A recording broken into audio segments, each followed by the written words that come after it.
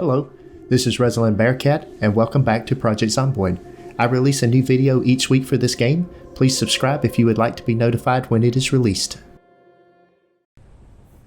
Today we're going to be walking through the process I use to build turbo motors. Now if we bring up the menu for turbo motors is one of the things I need to unlock particle enrichment, so I'm working on getting ready to build a nuclear power plant. And with that, I need turbo motors. There's two recipes here that I can use. The first recipe, the standard recipe, which produces 1.875 per minute, is using cooling systems, radio control units, motors, and rubber. The alternative system is using, it looks like it's using motors, radio control units, electromagnetic control rods, and rotors. Now, I have 3 of the 4 of those items being produced.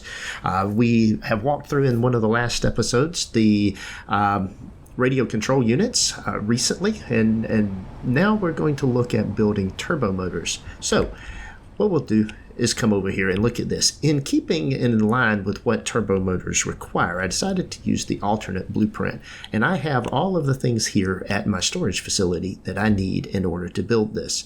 So in keeping with doing things we are not proud of but that work, we have decided to expand our facility here and to put turbo motors right here in this particular facility item. And so we've got things coming in through the control boxes, and you can see that each one of these now has connectors coming into it. The boxes are no longer necessary, but it does create an additional overflow for the items, hopefully to try to keep this thing running. But as you can see, it is not running at 100% because we need radio control units, and we have a limited supply of radio control units. The radio control units are coming up from underneath. If we can come down here and see that they are routing from over here, and we have the electromagnetic control rods coming in there. And then on this one right here, we've got radio control units. As once they stack up over here and we have our storage facility full, then we start building the items and bringing them up here.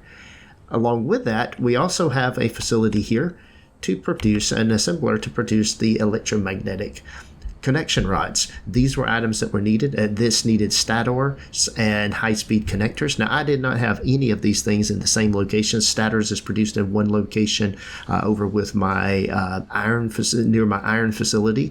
It's in the little special building over beside that. I have the high-speed connectors that are coming from the computer facility. And not in too great of a margin on those.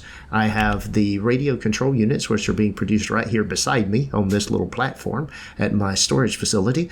I have the rotors that are being produced and motors that are being produced over with my in my iron facility over here. So I've got stators are in the little small square building there. Rotors and motors are here in this little building. So they're kind of close together. The computer parts are over here behind that rock over there in my computer factory.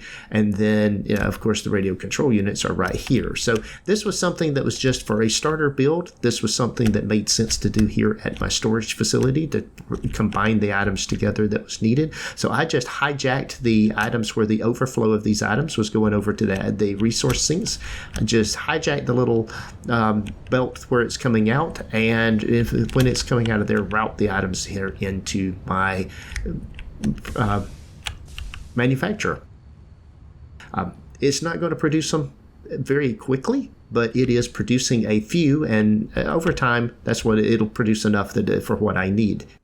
That is all for today's video. Thanks for watching. If you enjoyed this episode, be sure to hit the like button and leave a comment to let me know what you think. Please subscribe to the channel to be notified when new content is available, and check out the links shown here for more gameplay. Take care.